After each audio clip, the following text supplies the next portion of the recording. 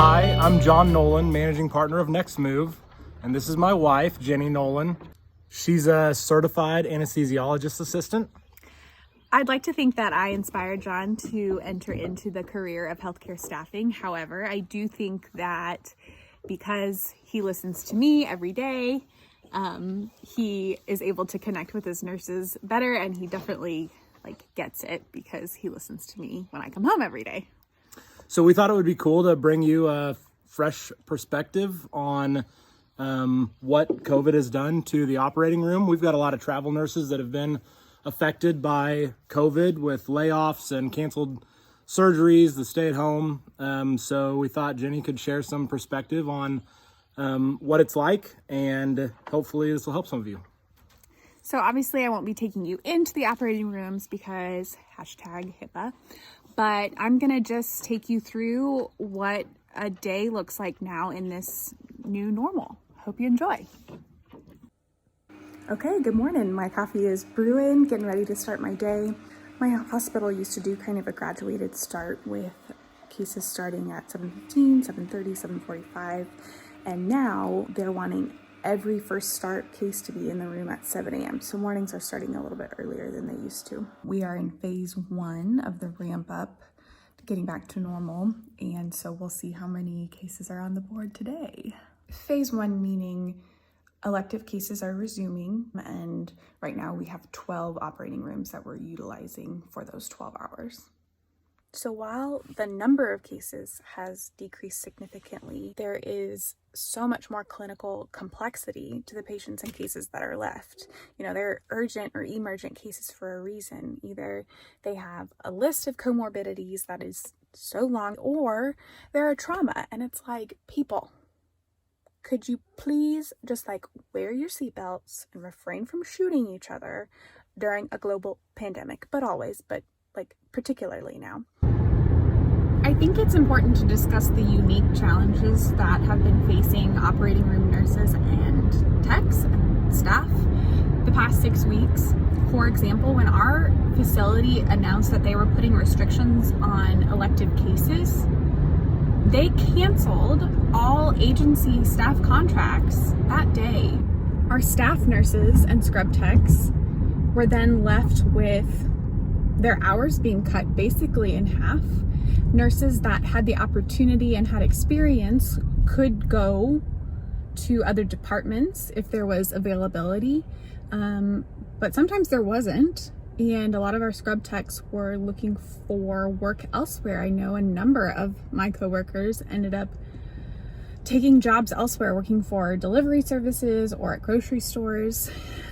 So it's been really chaotic.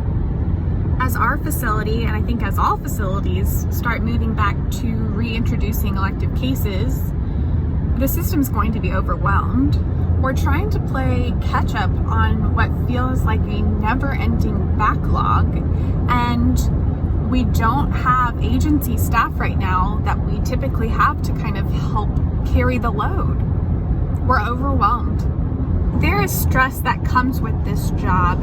It's just hard to explain to people who aren't living in it what the COVID crisis has added to an already stressed system. Okay, it's about 6:15, let's do this.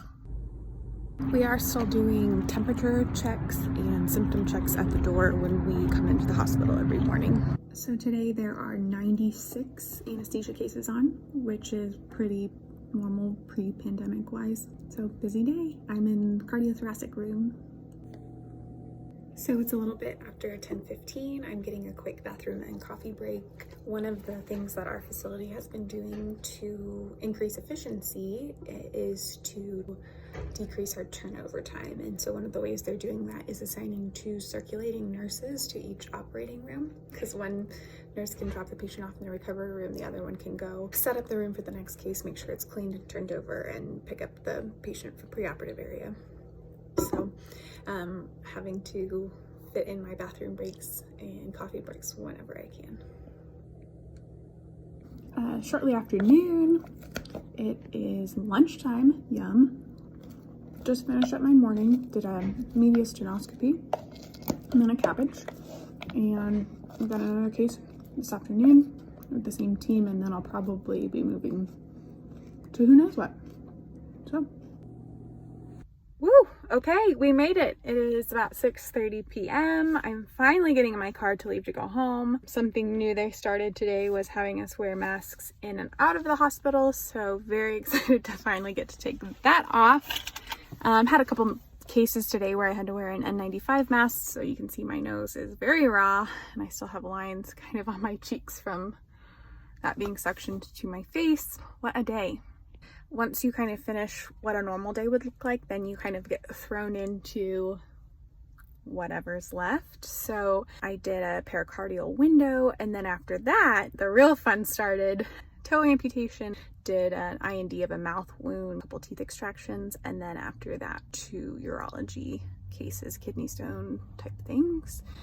So that has been one of the challenges of the COVID restrictions, and you are constantly being moved to the next place to kind of keep cases rolling.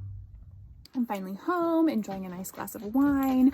I've got my dogs. There is just a lot of production pressure right now. Pressure to have our turnover times be very quick and just get as many cases in and out as possible. Not to mention, surgeons who work for 12 hours straight get a little hangry, they get a little cranky, they get a little tired, which makes life for the rest of the operating room staff a little challenging. But that's my day. Thank you so much for coming on this journey with me. If you are an operating room staff member, whether you are a nurse, a surgical tech, an anesthetist, an MP, a PA, whatever, we would love to hear from you about how your institution is handling changes in the OR due to the COVID. Feel free to comment or send us a message, because we want to know, as an operating room team member, what's your next move going to be in a post-pandemic world. Anyway, thank you for watching. Stay well, everyone.